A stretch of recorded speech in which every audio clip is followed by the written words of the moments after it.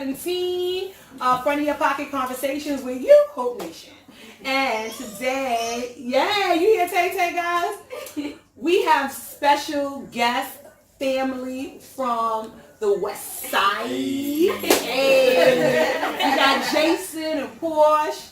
They came, they visited, you know, because of course we have our resident Californian, Tracy with an I, aka Tam's Tits, aka Resumes by Tam. And then we have AR for Prez, my brand manager. Okay. What? I'm I think she's gonna ask something else. No. Okay. Shut up. And if I did. And then we have Janice Combs over here, aka my mother. Mama Pocket. She switched up for y'all. Y'all see that? She got back surgery and she switched all the way up for y'all. She went blonde, short. What happened? Orange. She looking good. She looked like vacation. Blow up. Yeah, right? Blow up for real. And you have me. Then you have Round the Way with May. She has nothing to report today. Nothing. But she's gonna report. She got something. Anyway, first off, I want to give, and then we have Tiffany in the cut. You know, she's recuperating. Say hi to the people. Hey guys. See if you can hear. She's there. We got her in the cut. We're gonna turn the house into a nursing home. You know, that's what we do around here. And then we have Moose. He's doing the camera, so he's here for your car automotive questions. So, jumping in, I'm going to give a big rest in peace shout out to John Singleton, the visionary, iconic director of so many films, Higher Learning, one of Jason's favorites. Yeah, the mainstream favorite, of course, would be Boys in the Hood. That's like the starter pack for John Singleton. Yeah, he was just a prolific director from the West Coast. And what I was explaining to Jason and PORSH, but you know, she's always here, but I was talking to her.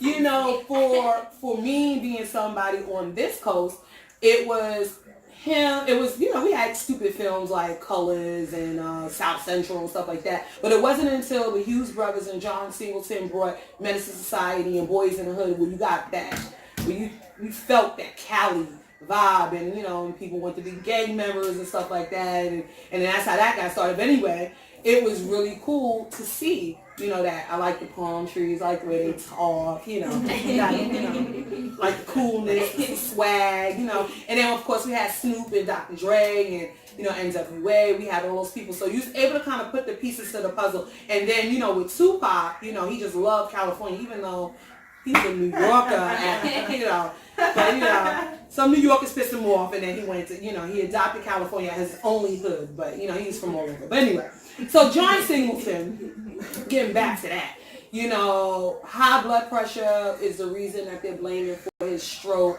that he suffered with high blood pressure. He was on a trip in Costa Rica with his legs. He had leg weakness, and he flew back, I guess, here, and checked himself into a hospital, and he walked in the hospital.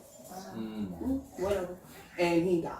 You know, I guess he succumbed to the stroke and got really bad. Maybe you know, sometimes when you have a stroke, you have multiple strokes, you know, and then you can have that really big one that can leave you as a vegetable. So maybe that's what happened. I don't really know. We won't know. We won't ever really know the full story. But how it goes, they say he suffered with high blood pressure. And if you see interviews with John, you can look in somebody's eyes who suffered with high blood pressure.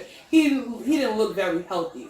You know, his physique looked pretty healthy, but you could look in his eyes and tell he was actually struggling with some health issues. So everybody, blood pressure is a very serious situation. People just think blood pressure is blurry vision, headaches, you know, maybe heart palpitations, but it does lead to stroke because it narrows, it causes like stenosis in your veins, which is like a narrowing of your arteries and stuff like that. It makes it really hard for your, you know, everything to pump, your brain suffers, everything. So get it checked. If you have high blood pressure, you know, I do Dr. Sebi stuff, but you know, he doesn't like celery. But celery juice is one way where you can kind of manage your blood pressure without meds if you're not someone who likes to do meds. Right. But you don't want to drink too much celery juice because it can lower your pressure tremendously where you have low blood pressure. So you kind of want balance. So before you do anything, research, and you know, doctors are not gonna approve that. So if you're looking for your doctor to co-sign celery juice and natural homeopathic things, it's just not gonna happen. So do your research. So that's John Singleton. That's very, very sad. Anybody have thoughts? What? I wasn't laughing. We're not laughing at death. My baby was over there doing something she didn't have no business doing. I see her. And I was watching her because she was trying to act like she wasn't doing what she was just doing. But not at John. No. That was just bad timing. How did y'all feel coming from California? Y'all felt like he represented y'all the right way? Yeah, I won't say he didn't at all. I definitely did. Baby Boy was probably it wasn't too over the top. It was just really dramatic that you wouldn't. It's a side that you don't get to see from the in between gangster. Gotcha. You know, JD. transition. Right. Yeah. So I definitely say that he got the authenticity down. Okay. So he is California approved, and that's a good thing, you know, because I call him the Spike of the West, you know, because we have Spike Lee. Spike Lee, you know, is more of a Brooklyn. He loves Brooklyn. He didn't really come to Harlem and do all. He's more Best Side Brooklyn. Yeah. Yeah. So, you know, we don't really have representation if you're coming from like Harlem and the Bronx. We had black exploitation like in the 70s and the 60s, but we didn't really have like, that's kind of stupid that we didn't have like Harlem filmmakers. Dame Dash is definitely not my pick. You know, because he probably thinks stuff for crazy sometimes. And I love a black man trying to do it, but Paid in Full was a good movie. However, we know that was like, you know, very low acting. So I'm just being honest. And it definitely was like a biopic of somebody else's life. Right. It's on somebody else's story. Right. Just putting the pieces together. Exactly. So I'm talking about like a real live like movie. We had Juice, like Right. no. Man. Nobody is tough on Riverside Drive. Like. There was no bishops on Riverside Drive. Yeah, like it was just not good. However, Juice, fun fact, my father actually lives in a building. You know, he actually was in an apartment that they ran through. Yeah, it still looks like that too. The people are still here too. Take me to that elevator. Yeah. I need that sterile. You know, the sad part about it is they recently just did the elevator over, so they don't have the red walls. Oh. Yeah. I don't think so. That's hurtful. No, it is. They changed it. Yeah, they changed it, but I'm yeah, saying, it's but not you can take a red. picture in front of the door. It takes away from me. It takes it away. But But the hallway still looks it's the same. same. The Okay. building is the Okay. same. They just did the elevator because it was always broken. Yeah, that was right. He was always walking up the stairs. Yeah. But yeah, fun fact. So yeah, shout out, and you know, John Singleton, he opened the door for a lot of different filmmakers or whatever, and we just got to keep those things going. So there's more John Singletons, just like there's more Nipseys. Like we are losing icons, but there's more people like them. We just gotta support, celebrate, and cultivate those people that exist. Okay, you guys? So rest in peace, John Singleton. Job well done. So what else I want to talk about? Briefly, because we've been talking about Jussie Smollett. He got fired from Empire. Well, what they did was he's getting sued, and so they want to know if the civil case will go through. If it doesn't, they'll probably bring him back because they broke his contract. So they still have to pay him, but he won't be on season 6. Yeah. Whatever. So at least he gets a free vacation. Right? Yeah. I wish I could remember the melody of that song when we went on Steve Harvey, right? Free vacation. Oh, vacation. Yeah. Free vacation. So Jussie Smollett got a free vacation. And it's paid, not only free. So shout out to him. He's the best that ever did it. He can write a book now. Like so many other opportunities are gonna come from this stupid event. So Wendy Williams, you guys, she's looking the best I've seen in 1,000 years. She's running again. She's flying around the audience again. Her face looked different. In 1,000 years. In 1,000 years. I heard that too. She is 1,000 looking and some change. great. I haven't seen her. Yeah, she dropped that man and she looking looking good. She was running. She couldn't even walk. They had a chair. People was holding her up. She was fainting and stuff. You heard the thing. Yeah, so Wendy, that's that thing about that bad energy. When you clean out that energy, that stagnant energy that you holding on to with your cold dead hands, just because it's familiar or whatever, when you let that go, you blossom. You know, and it's not like a flower where you blossom for a minute. You blossom forever as long as you're here. So like, let go of that dead weight. Go ahead, Wendy. I'm good. Look at Janice. Janice.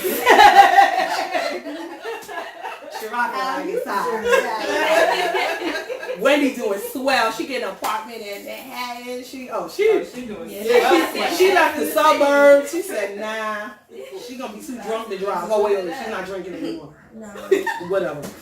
She gonna be, how she say, zipping it and zooming it. Yeah. Thank you, Wendy, for your years of service.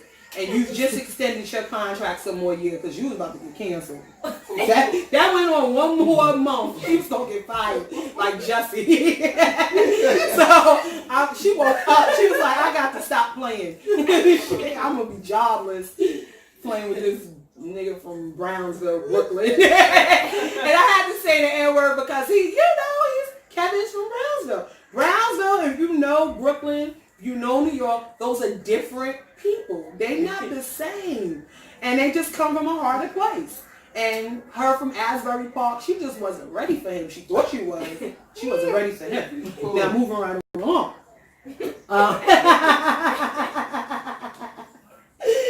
No, so I was talking to Mom earlier about liking. I have an issue. It's not my issue. People have an issue. But there's this thing like where people love to block me on Instagram for whatever reason. Like I don't even bother these people. People that I've been friends with, that I've helped, that I've done stuff with, gigs with or whatever. And then it gets to a certain point and then they'll only just unfollow me, but they'll block me. So I'm like, okay, no problem. So I think I run and joke around here. They'll ask about people about, yeah, they blocked me. Like what? So, I've often been told like my alliances with different people. When you're a business owner, you can't stop who you know. Like, I'm 40, I'll be 43. I know a lot of people just moving around in life. And then on top of that, when you're starting a business, you're meeting people, going to networking events, and you're meeting people. So there's nothing you can do about that. But you have certain people that if they have a bad business deal with someone, or if they had a situation, or they just plain don't like the person, they don't want you to be their friend. Right. And we're not in middle school anymore. You cannot control who your friends are friends with. It's impossible. Now, if this is like your best friend in the whole wide world, and y'all like a clique, and one of the sisters in the sisterhood does something, sometimes you may take a side. That's normal behavior. But at the end of it, it's going to get handled if the friendship is worth keeping. Mm-hmm. But if we're in passing and you getting mad because somebody's following me and I'm commenting under their picture or whatever, or if someone asks me to post something because it's a business thing or a GoFundMe or something, right. I'm benevolent like that. I have to do stuff like that. I will do it. But you can't get mad at me and make me not like someone and not be someone's friend. And then if it's just stupid. So I just want to encourage you all, because I know this is happening in all kinds of relationships. Like what you like. Be courageous by sticking up for yourself first. Mm-hmm. You can't let people dictate who you can like and who you can be friends with or whatever. If someone has never done anything to you, they have to actually do something to me. I'll have to see them do something to you. But I can't just go off your word, because I've been that friend, that rider that'll be like, yeah, I ain't talking to her, you ain't talking to her, I ain't talking to her either. And then the next thing I know, they all talking. Now I'm just sitting there looking dumb, like, are we talking about that? And I'm not phony, so I'll still just be like, well, we ain't talking. Right. But I've missed out on opportunities like that, so I don't do that anymore. So I'm very courageous. I like what I like, and no one can change my mind about that. And you have to be like that with yourself. You have to be steadfast. Has anybody had, situations where you felt like you had to make a choice on a friend or something like that? No. Never. See, we were some strong people. California people never go through anything. It's the air. They're very strong with this.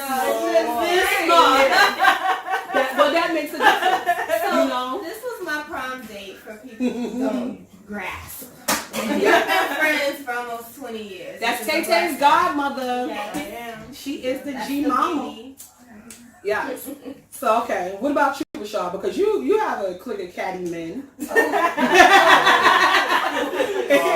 because it happens on both sides, we gotta stop acting like women are petty, only petty ones. Exactly. Men are very they are. Queens of petty. Yes.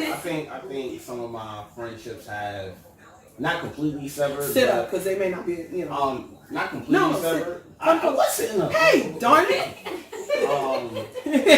Not completely severed, but based on, you know, people who I remained friends with through something that they were going with, it kind of altered the relationship. Yeah. Like, you know, I guess they deem me as not loyal or not trustworthy. Because I'm always in the middle of getting a lot of information that I would not like to have, but I get it anyway. So, but yeah, I go through that. Yeah, it's annoying. Yeah, it's annoying, but very annoying. I can understand that though, because I feel like you're gonna need me before I need you. Yeah. Right. So like, it's like water off my back after a while. It just takes me a while to be like, damn, you really that weird? Yeah. I didn't know you was that weird. This whole time. We've been knowing each other for that many years, but you've been weird low key. Yeah, I understand. Weird. I understand. Yeah, sure. Yeah. You don't go through that, because she just hangs out with old people. She don't got none of those problems. She like a Californian. Who's going through that? Really?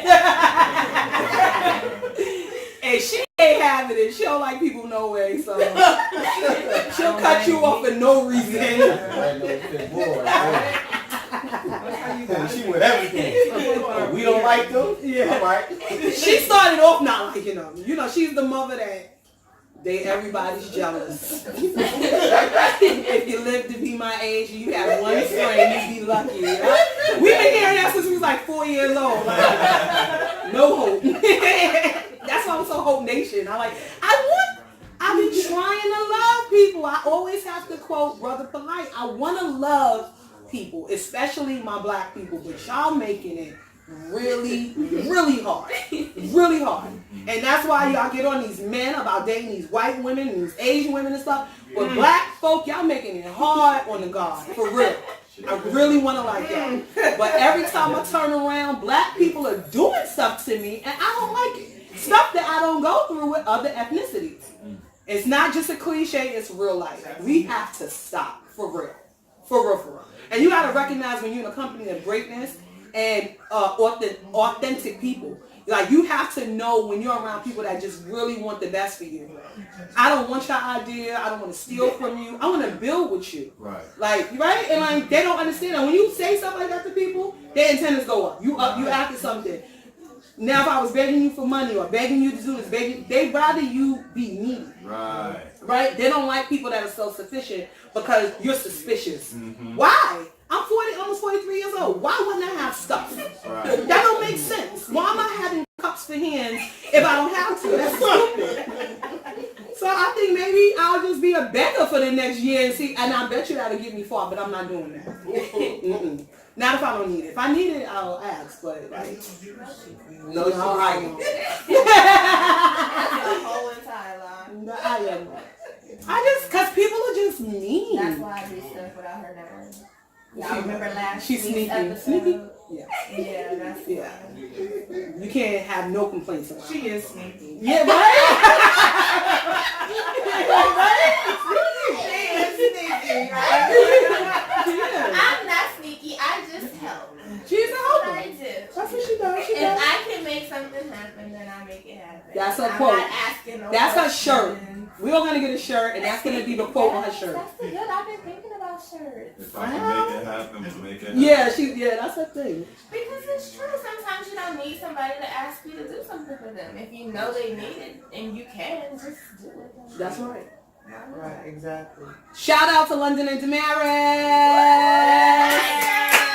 Missed y'all. Our girls, the mayor and the deputy mayor of Hopenation, it just popped up and I'm seeing it right here. And I didn't say it last week, but I love you girls. I miss y'all dearly. I pray that we'll be reunited one day. See, black people, once again. Once again. Every time they stick it in, like Scarface said. Anyway, no, Frank said that. You turn your back and stick it in. Yeah. And what's that tagline from the Real Housewives? What she said? She's like, every time somebody stab me in the back, bend over and kiss my ass. I said, I like that. That's LVP, Lisa Vanderpump's tagline. Beverly Hills. Just in the hills. Okay. So, I have a controversial thing for you guys because y'all are hip hop people just like I am.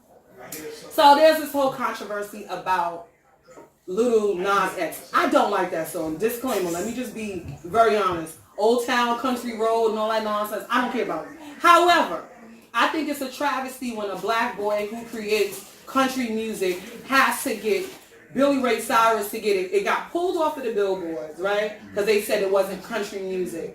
And then Billy Ray Cyrus felt bad because you know Miley Cyrus loves the black men. So then he got all involved and he remixed the song with Lil Nas X and now it went to #1 on Billboard. Okay. Why aren't we, and I've mentioned this before, why isn't there a hip-hop counselor that says certain people can't make our music? Because country people have a stronghold on country music where they don't let black folks in. Now they got that one little with racially ambiguous boy. He's a mixed child. And so he's like the Obama of, I can't think of his name right now, of country music. So they love him. They wrap their arms all around him, right? Not Hootie. Not Hootie and the Blowfish? Oh, okay. No, not him. Okay, He's a little light-skinned boy. He looks like that basketball player, Blake Griffin. He has that look. Okay. He came out maybe like a few years ago, and it like he eased his way in. And now he's like with Jason Aldean, all the big ones. So she just had surgery. I promise you, she ain't on. She ain't smoking nothing. Acting like she belong at daddy house. Right. Anyway, before we start. So anyway, yeah. So and then they have the song as if it's Billy Ray Cyrus's song. Really? Right. It looks like, you know, they play how they write the stuff and make it look like it's his song. So do you feel that we need a hip hop counselor? Yeah. Oh, Janice Combs has spoken. Yep. Bad boy. I've been saying it a long time. Yeah. We let too many people in. They should not have a right to do our music. No. That's straightforward. Yeah. There's nothing else to be She said. OG, she could do that. See, I got to be politically correct a little bit, but not a lot. I haven't heard the song. It's I've heard of it and I Yeah, know about it. I refuse to listen. I actually don't even know who the Lil Nas character is. Me neither. But I don't. Little Man is his name, right? Because Nas is man. So he's Little Man. Okay. Yeah. The only thing I've seen, because I follow a lot of producers, I don't know who produced it, but Billy Ray Cyrus was holding this poster that says, I would have got Yeah, I saw that. Yeah. about the production. Yeah. So I don't even know if the producer's black. Right. I just saying, I don't know if Mike Will made that one. Because he loves Mike Will. I definitely agree that there should be some type of regulation to a certain extent, because in this particular culture is it's like street ball, like it's cutthroat. This is like No, it's not true. Anthony, I can hear you. That's okay. That's my other brother. The guy finish. I didn't want it to sound crazy. Like, No, you're good. No, you're good. This is home. It's just it's a different type of. It's like a blood sport. So it's like you have to have some type of regulation with the people that get in here, because like they take everything. That's They right. steal everything. That's They right. put their name on everything. That's right. Liquor, well, no matter what it is, clothes. You know what I'm saying? So as far as hip hop, we need to be a little bit more cutthroat with it. Yeah, they want to dance like us, dress like us, nap up their hair like us. No. They can't regulate how they nap up their hair, but Yeah, do it over there, but you won't be in front of black cameras doing that. Right. Do it over there. do a little group on the other side. How you gonna clean this one up for your mother? It's hard to clean up with mine. That was good though. But yeah, I'll kind of piggyback off of what Jason said. I definitely think there definitely needs to be some type of regulation. There needs to be a panel of people who decide who gets in and who don't. There should be auditions. Well, they already have that. Right. You know, so I think some of the people in the game, like the Jay-Z's, the Diddy's, these are people who could potentially have the power and the voice to establish something like this. Mm-hmm. You know, some of the big execs at some of these label companies should establish some kind of panel. Yeah. And you know, because in the other culture, you know, they just don't play our stuff. Yeah, we can't go do rock and roll. Right. Yeah, if we go do rock and roll, it has to be like it literally has to pop overnight. It has to be a big mass production. Right. The world really, you know, blowing us on. It has to be like a sleeper. They see coming. Like that sucks. Right. And we invented rock and roll. Facts. Hello. Facts. Blues. Anyway. Our rock and roll last. Little Richard. Hello. Little Wayne was our last rock and roll shout out. Oh, you know what I mean? Right. So it's like, why y'all can't give a pass to that? Like, this is true. That's trash. But they gonna pimp it out. Though. Yeah. Look at Japan, like and they just make their own stuff that sounds like our stuff. It's the cutest. Japan does everything like yeah. So they won't give the recognition, and I think exactly. So there you have it. How I feel. I told you how I feel about it. I feel definitely yes. It should be some type of regulation, because when I see people like Lil Xan or Lil Pump or people that don't really care about the culture, and that people literally die for this, like you said, it's a blood sport. People have died for hip hop. Like anything that you found, like a new country, a new culture, people have put blood on the pavement. You know, DJ Scott LaRock, you know, he was like one of our first people we lost, you know, that was like big. KRS-One's DJ, do your studies on that. And so after that, it was just like people after people, you know, so person after person. But yeah, you know, it should be. We were watching Trigger Warning yesterday. It was the last one. I think it was very kind of silly. And yeah, he was making his own like democracy. Did you watch Trigger Warning with Killer Mike? No. On Netflix. It's like a 6-part part. Where am I from? Boston? 6-part. I don't even want to say docu-series or whatever. And he come up with all these different little ones. Like he had Coca-Cola. Because he said, the white people had, you know, how do you market gangs? And how Harley Davidson was marketed, you know, by bikers, by a gang, which is a legal gang. And so he said the Crips and the Bloods should be able to do the same thing, you know. But the thing is, who would be a part of that? Like, who would get the money? There's so many different sections of Bloods and Crips, or whatever. Who would get it? But anyway, he did it. They made a Cripa-Cola, and it was hilarious. But the last episode we watched yesterday was about starting their own society. So he bought this house, he had this land, he found some people that wanted to be a part of the society, and it was a mess, okay? New Africa. There you go. I told you it would be important. And New Africa, and it was pretty funny. But yeah. It seems like the only way we're going to be able to do that is to do that. And I think because hip hop didn't have a lot of guidelines kind of from the door, that's why we don't have the regulation like all the other genres of music, like jazz and you know, and classical music. You know, Alicia Keys should be a classical pianist, right? But she's not labeled that because she plays hip hop. You know, she can't be set tripping. So, so that's, you know, so that's the problem. So I don't know. One day maybe, probably. But I'm just a little annoyed with that. That shouldn't be happening right now.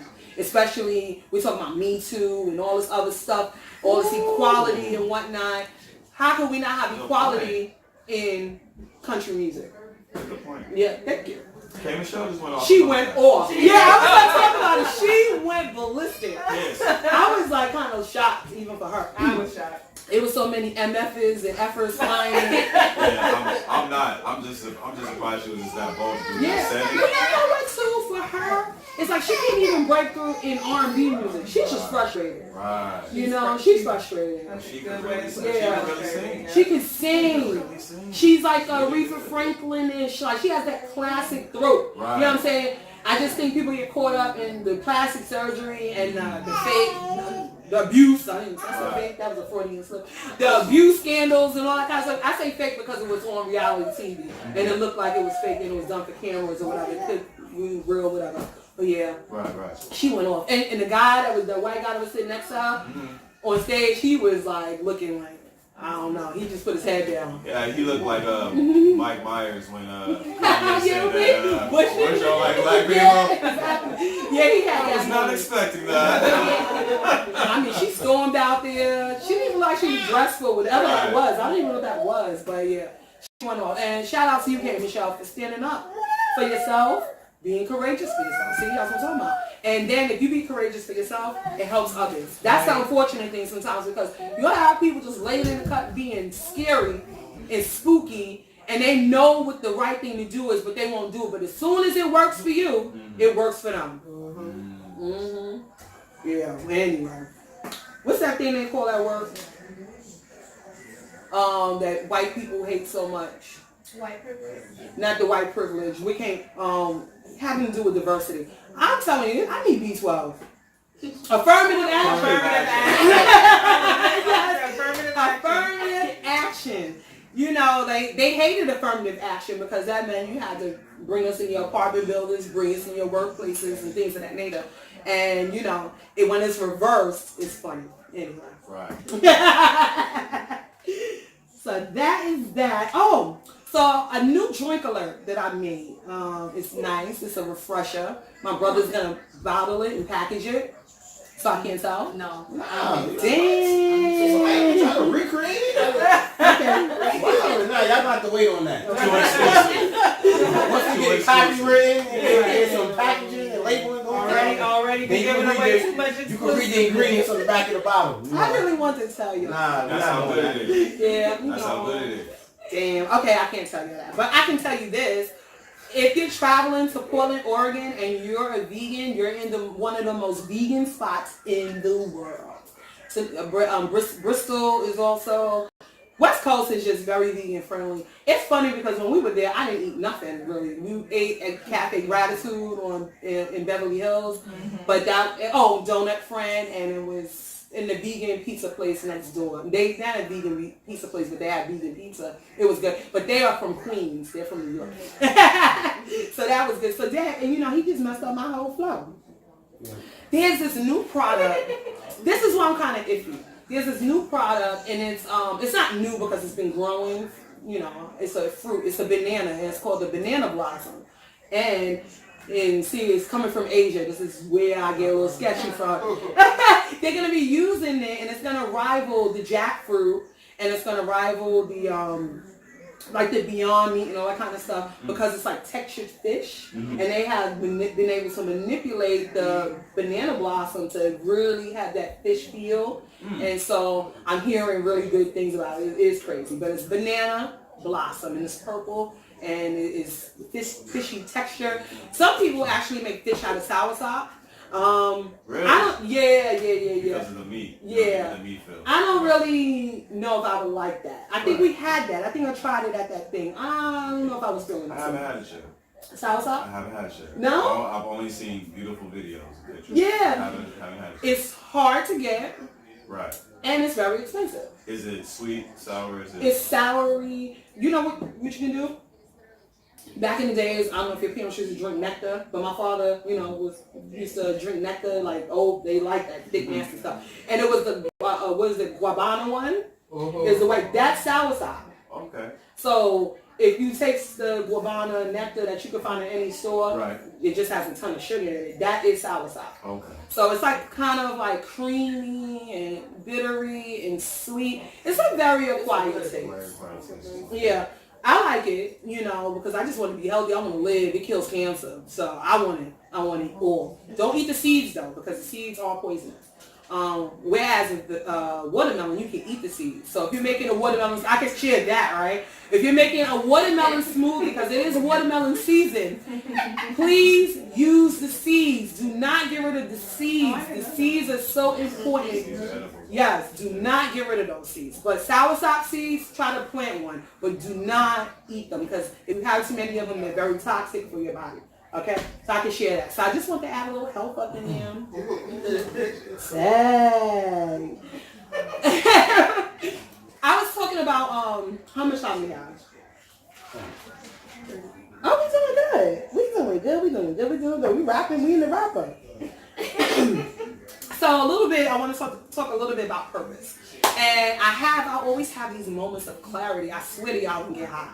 But you know, the ancestors just be giving me stuff. Like I'd be like, oh, that's dope. So I was thinking about purpose. And how people say, well, I don't know my purpose. And I'm seeing a lot. People are so lost. And I'm happy that they're able to say, I'm lost. I don't really know why I'm here or whatever. And we've all felt like that. You know, we don't really know why we're here. We just be winging it half the time. And it works out for some people. And some people it doesn't. So anyway, so when I was thinking about purpose today, in a quick flash, I was like, a lot of times you don't know your purpose because you have to go through some things in order to figure out, like, okay, this is my purpose. So it's like waking up in the morning. Right? And you look and your vision is kind of blurry. And then you blink a little bit, rub your eyes, and then all of a sudden it's clear. And that blink in my eyes is like life. Whatever you go through in life kind of shapes your purpose. And then you figure out after you get through blinking and sleeping, once you wake up and you get your focus, you're like, that's my purpose. And it hits you just like that. You know, and it could be something you've been doing every single day of your life. For me, it was always working with kids. And working with people and talking to people or whatever. I thought I was going to be a doctor. You could not have told me from the age of 4 that I was going to be a doctor. My father got shot. He had a colostomy bag, and I was the only one who cleaned it. And from that point on, I just swore I was going to be this doctor and stuff. But it wasn't until my upper junior year in college where I flip-flopped. And I said, you know what? I got kids. I got to hurry up and get out of school. I'll be a psychologist. And I'll be stitching up souls instead of holes. And I came up with this whole big thing, you know, that was my mantra, right? Because I had to talk myself out of being a doctor. So that was like the thing I would say to myself, because I was disappointed in myself, because everything up until that moment was me being Dr. Reynolds. Right. And so then I had to break the news to my family, and you know, that's hard when you got to break some news, like, because everybody always thinks that you're going to be this thing, and then you decide you're not going to be. So sad. Anyway, I figured out, and that was my blinking moment. That was my cleaning my eyes off in the morning. That was that fresh rag on my face in the morning moment where I was like, oh, that's what I'm supposed to be doing. I do it good anyway. What am I wasting time for, you know? So when did you discover what your purpose was? And was your purpose totally different from what you had expected? Was it something you were doing? Ask yourself these questions. When did you discover your purpose, Tracy? When my mama was beating on my door. On your what? It was like 3 in the morning and my mom was banging on the door because she wanted me to bring her here. But anyway, that has nothing. I mean, it has a lot to do with it because the time period was super crazy. Yeah, she about to tell a crazy story. And I would go stay over her house, sleep on the floor to get away from her because it was just a lot of. And in my mind, I was like, okay, my thing is supposed to be to breathe life to women. Women go through so much. So if I can do something for somebody, usually it's a woman, I'm going to do it. Because it's just so much on our shoulders every single day. She never told me that story. That was nice. Oh. Oh. That was an awe moment. That's dope. Okay. Mom, when did it was hectic. A lot of people that went to school to do stuff. Check that. What was that blinking flash? Check that camera. What about you, Mom? What are we doing? I don't care about something. I just said that. You good? Oh, we good. Mom, hello. What's going on here? Hello. And sometimes it's like that, like purpose. Like I think I got it late, and then I was doing the cooking. It's something I've been doing since I was like 6. And then I got away from it. But it was something. They had you in the big house? No. Hanging around. No, she missed that. The plantation. No. Like hanging around in the kitchen with my grandmother, hanging around in the kitchen with my mother. So at 8, I was actually cooking. You keep telling me that. I don't believe you. I was. What you was cooking? Baking cakes, So why you can't frying chicken. Nah, Shawty's joking. She's an excellent cook. Yeah. Her gummy drop cake is good. I can't eat it no more, but it's good. When I went to school, I realized that I wasn't going to be a pastry chef. I just do better with food. Okay. Because pastry is a lot of measuring, and if you don't get it exact, it doesn't work. It's chemistry. Yeah. Well, look, she thinks her purpose is cooking, and it is. It's part of her purpose. But her purpose was to birth these 4 kids she unbirthed. And look at me. And look at us. And look at us. You know what I'm saying? And look at us. And you know, we got a lot of stuff going on. So I think a lot of times we discount motherhood, you know, and because it may not be you to become the millionaire or the one with the brilliant idea. It might be the king or queen that comes through your womb. Right. Because you sacrifice your life to do that is a purpose. You know what I'm saying? So if you just start there as a mother, then here you go. So if that's your, you know, and I want to say this to my single moms and my moms in general, a lot of times we feel like, oh, you know, what am I doing? But you got kids, you working, they're going to school, they're in dance and art and football and this and that, and you're doing all these things, and you're looking at yourself like you ain't doing nothing. Right. Stop it.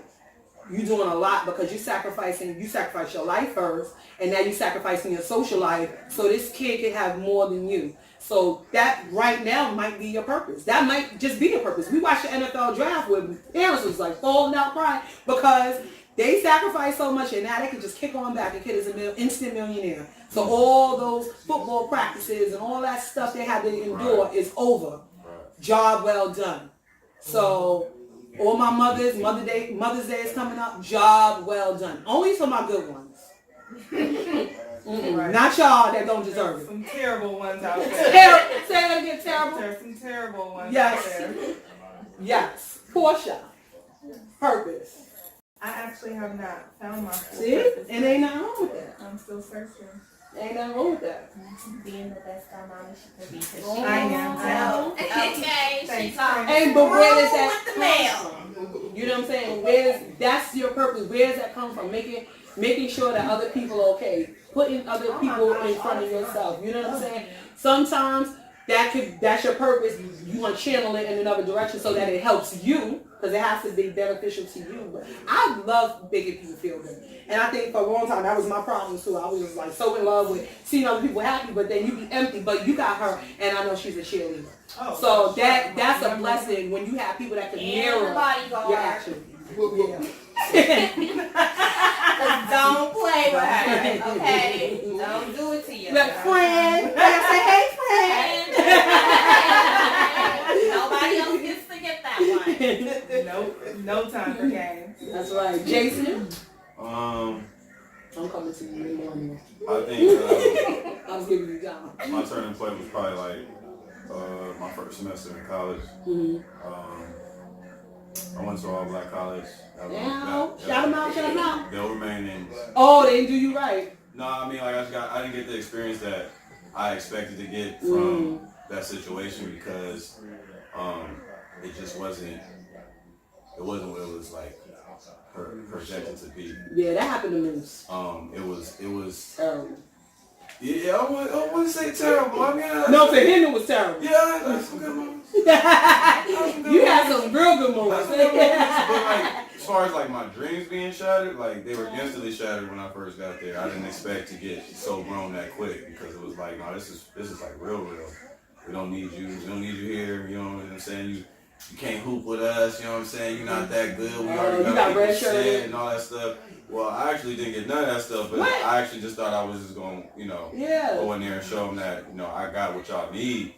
This is not, y'all don't have this here. Right. Y'all ain't got this. He had the that's that Cali confidence. I got what y'all don't got. And like the coach was like, nah, you don't. We good. Good. So like I had a moment where every time I would see these players individually or even together, like in intramural leagues out there just practicing, I would bust their ass every chance I got. That's with good. confidence, California hat on, just being a straight asshole. Look, I'm gonna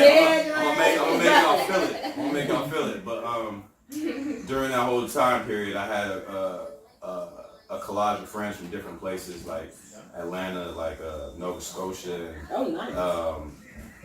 New York, and just so happened that all these cats did music, Okay. and that's where it was for me. They didn't know I did music at home, in my room, in my pad, writing by myself, and that it just started and just kept going. See, So you now thought the you was music- there for one thing, you was there for something totally different. Yeah, it definitely sparked something happens like different. that. Definitely sparked something Wow. different. So now I do music production, audio engineering. You want to tell me your Instagram? Oh, guy with an extra O Productions. You can go ahead and follow that. Follow that, because you Follow need that. him in your life. Do Facts. But he belongs to her. So, you know, that part. that part. So, let's just get that straight. So only business inquiries. But I'll let him bless y'all. He's very talented. See? Millennial? I don't know. I mean, I thought I wanted to go to law school. I don't know. Like, I think I still do. You better get on that Kim Kardashian plan, girl. Don't rack up them loans like that. I know. You do it just like her. Right? I don't You might have to know. move to California. Yeah, they don't. So you don't have to take, you don't have to do that. Yeah. I heard that. I said, what? Yeah. Going to school, an apprenticeship. Yeah. Yeah. They But- do those? But you want to know what? And I want to tell you guys who go into social work in New York. See, I don't know too much about Jersey because I'm a New York girl. But in New York, you do not have to take your, the LSAT? Mm-hmm. Oh, no, that's for law. The GRE for social workers. You don't have to take that to go, you don't have to take your master's. You can go straight into your GRE and get your master's of social work. You don't have to go to the master's program. I'm just saying. Wow. Yeah, I learned that in school. I was like, I didn't feel like it. I didn't feel like getting that messed up. Yeah, man, I was done. So anyway, you can skip that 18 months of accruing loans and stuff like that and go straight to the test. But you better be smart. Don't just try to go take that test and not study. Looking crazy. But anyway, yeah. My purpose, like I just told y'all. So, I mean, everyone has one. Rashad. He tried to get away. No way. Nope.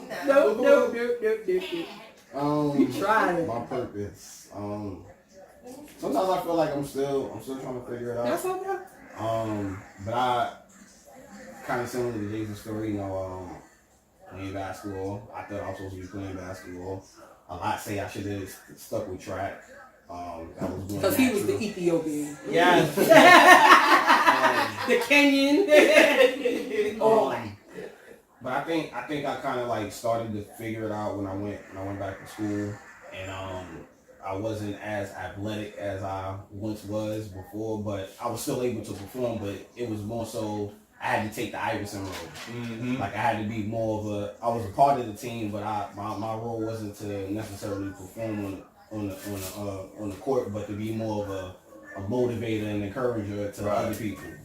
And I realized that by some nights, some of the younger dudes on the basketball team coming past my room and just talking to me about He was the OG. Word, I was the oldest person on the They team. call him Grandpa. Grandpa. Yeah, and I kind of realized like I was good at encouraging people, even though it was hard for me to pull motivation for myself. I was able to extend it to other people.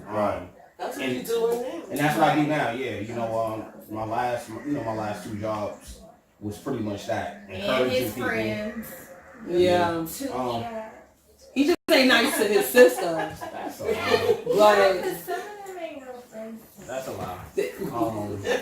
I feel like he should be a teacher. I've always have. I can see that. But he doesn't listen to me. Or me.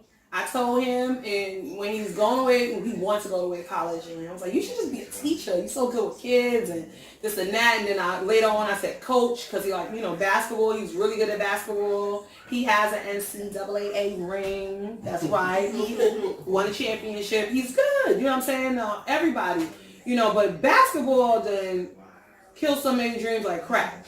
I mean, basketball has destroyed so many people's lives. Sports, I guess, in particularly, but basketball, I've seen a lot of people lose it because they didn't make it. Right. And that's another thing like hip hop where people have died for that thing. Kids have literally died on the court, and Yeah. Yeah. Mm-hmm. Basketball is real serious, and we laugh about it in the black community, like, oh, you know, when you see movies, oh, they always got somebody playing basketball, because I mean, this is what we do. Right. You know, that's what people, that's the hoop dream. It's like a pipe dream. You know what I'm saying? The same thing. So yeah. Especially if you watching hoop dreams, like that ain't gonna be me. Right. I'll be better than them. Exactly. That's them in 90, whatever. Exactly. This 2000 something, we gonna be good. Yeah. You know what I'm saying? Yeah. So yeah. And it just didn't work out. It happened to my son. You know, as a parent to watch that, I watched it happen with my brother. You know, he's like my son. You know, Dwayne too. Dwayne, he's too old. I didn't see that part. My brother's 10 years older than me, so that's a big difference in your. But yeah, he played ball really good. He was a DJ. He was like a renaissance man. He could have been anything, but because not making it basketball, he turned to something else. You know what I'm saying? And that happened to so many people. By the grace of God, he's still here, so that's a blessing. But yeah, so many people lost their confidence behind bad coaches, bad, evil men. And I used to get kicked out of games. I used to get ejected because from the coaches to the refs, it was just so much just diabolical things going on. I used to, y'all know all these little kids, right? Because my kids played from super biddies all the way up.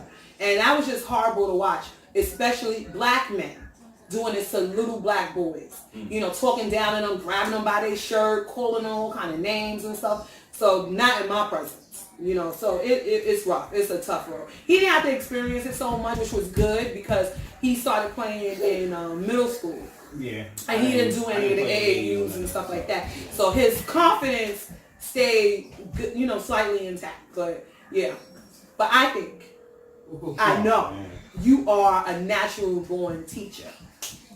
Coach, whatever you want to call it, but that's your calling. Now, when you need to keep refocusing, blink, wash face, and when you come into it, you're going to know. Anyway. So yeah, so this was an interesting conversation. I really like this cross section of people I have here. I'm so excited. This is dope having these conversations. So we just talked about everything. We done talked about a week in about an hour, a full week, and we didn't miss a blink. You know, we didn't talk about the riots in Venezuela and all that kind of stuff because we know that stuff is going on. We know all the stuff is going on in the White House or whatever, but it's just other things going on. I want to end it on this note. I was talking to my older brother earlier, the one y'all heard screaming in the background. And we were talking about, like, just, you know, I was talking about blessings and things and how people, you have blessings, but every blessing has a demon attached. I'm sorry to tell you that. You're going to struggle with your blessing. You're going to get a blessing and then boom, something else is going to happen. Because, you know, you don't have to have that blessing. That's just the way this works. It's balanced. Everything in this world works on balance. So just know when you get blessed over here, you might win $1,000, but guess what? That bill for $1,100 might be around the corner. Right. You know, that you didn't even know was coming. Right? But at least now you got some of the money, right? So you might keep half, right, and send half to the bill collector. I don't know, but it's happened to me. We'll hit a number and boom, the car's broke. Why? Oh, we hit a number and the refrigerator broke. And it's a true story. It just happened last month. We was like, what? All the money had to go towards the new refrigerator. So every blessing got a demon attached. That's just balance. And that's just the way I look at life. And that keeps me sane. You know, because I don't be like, oh, why me? Why me? No, I just know it's not happening. I got to push through it. All right, so I just want to encourage you to push through everything that goes on in your life, because every day you wake up is a blessing. When you open your eyes, don't reach for your phone, say thank you, because that did not have to happen. You opening up your eyes and you was able to get out the bed was a miracle. Before you even got out the bed, the miracle began. Okay? So I just want to let you know that, and I really do that every day. I say thank you as soon as I wake up. How we looking? We good money, Al? So I love you all, Hope Nation. I want to thank our special West Coast guests, Jason and Portia, for chiming in. Y'all were excellent. Y'all can come to Hope Nation anytime. Anytime. Moose, you want to say bye to Hope Nation at least? Come here, Tay-Tay. You want to hurry up? Moose and Centurion Modems. I know y'all people are still getting y'all, what you call it, tax returns. Trump messed us up, didn't he? Didn't he mess us up? Was you mad you ain't get no money? I was. We never get no money. But I was mad that we didn't get the money so we could pay the money we owe the government. That's funny. We just use that to erase the debt that we already got. You know, it's a game.